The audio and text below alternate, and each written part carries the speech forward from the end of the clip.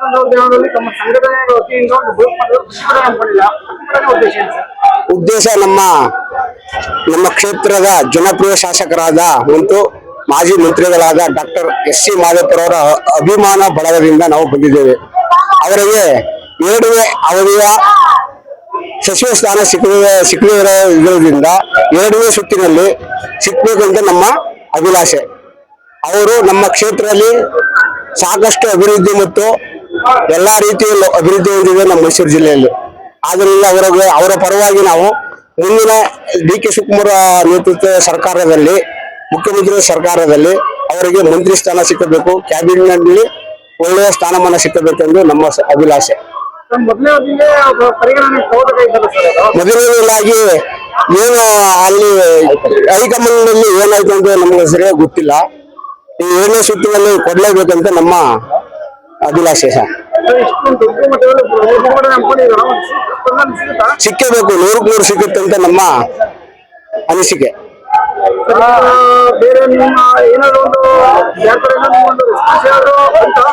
ಯಾರಿಂದ ನಮ್ಮ ವೈಯಕ್ತಿಕವಾಗಿ ಬಂದಿರೋದು ನಮ್ಮ ಮಾದೇವಪುರ ಪರವಾಗಿ ಬಂದು ನಾವು ಪ್ರತಿಭಟನೆಯಲ್ಲಿ ಭಾಗವಹಿಸಿವಿ ಸರ್. ನನ್ನ ಹೆಸರು ಶಿವಕುಮಾರ್ ಅಂತ, ಒಳಸಾಲ್ ಗ್ರಾಮ ಪಂಚಾಯತಿ ಮಾಜಿ ಸದಸ್ಯರಾಗಿದ್ದೀವಿ ಸರ್. ದಲಿತ ಶಾಸಕರನ್ನ ಮೆಟ್ಲನ್ನಾಗಿ ಮಾಡ್ಕೊಂಡು ಮುಖ್ಯಮಂತ್ರಿಯಾಗಿ ದಲಿತರನ್ನ ತುಳಿತಕ್ಕಂತ ಹುನ್ನಾರವನ್ನ ಇವತ್ತು ಕೈಗೆ ಎಳಿತಾ ಇದ್ದೇವೆ ನಾವು.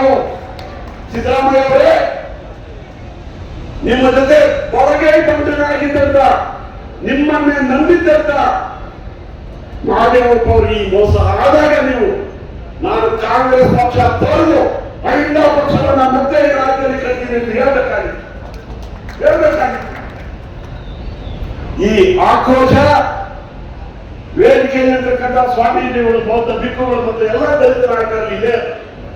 ಕೆಲವರು ಬರಕ್ಕಾಗಿಲ್ಲ, ಗೊತ್ತು ಏನು ಬಂದಿಲ್ಲ, ಯಾವ ಕಾರಣಕ್ಕಾಗಿ ಬಂದಿಲ್ಲ ಅಂತ ಗೊತ್ತು. ಸಿದ್ದರಾಮಯ್ಯ ಅವರು ತಮ್ಗೆ ಏನಾದ್ರು ಮಾಡ್ಬೋದು ಅಂತ ಆಸೆ ಆಕಾಂಕ್ಷಿಸಿದಂತ ಕೆಲವರು ಬಂದಿಲ್ಲ.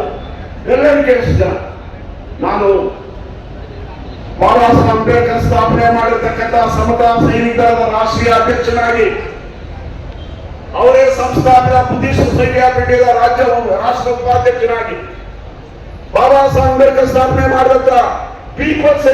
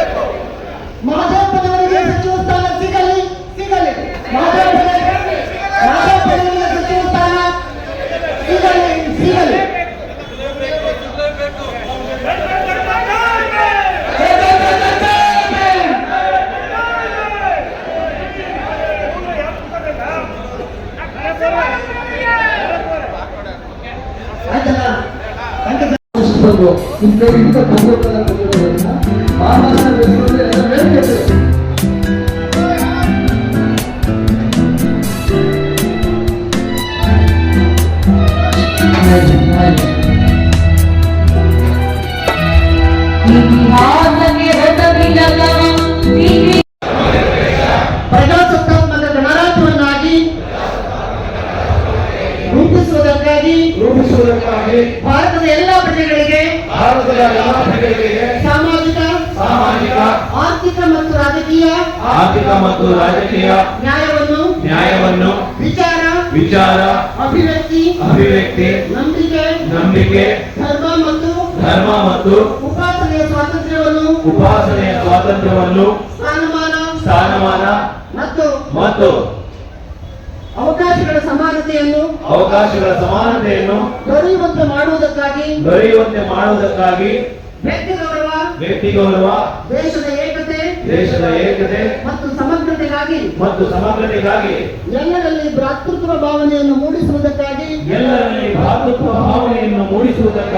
ದೃಢ ಸಂಕಲ್ಪ ಮಾಡಿ ನಮ್ಮ ಸಂವಿಧಾನ ಸಭೆಯಲ್ಲಿ 1949ನೇ ಇಸವಿ ನವೆಂಬರ್ ತಿಂಗಳ 26ನೇ ದಿನದಂದು ಈ ಸಂವಿಧಾನವನ್ನು ನಮಗೆ ನಾವೇ ಅರ್ಪಿಸಿಕೊಂಡು ಅಂಗೀಕರಿಸಿ ಶಾಸನವಾಗಿ ಶಾಸನವಾಗಿ ವಿಧಿಸಿಕೊಂಡಿದ್ದೇವೆ. ವಿಧಿಸಿಕೊಂಡಿದ್ದೇವೆ. ಸಾಹೇಬೇ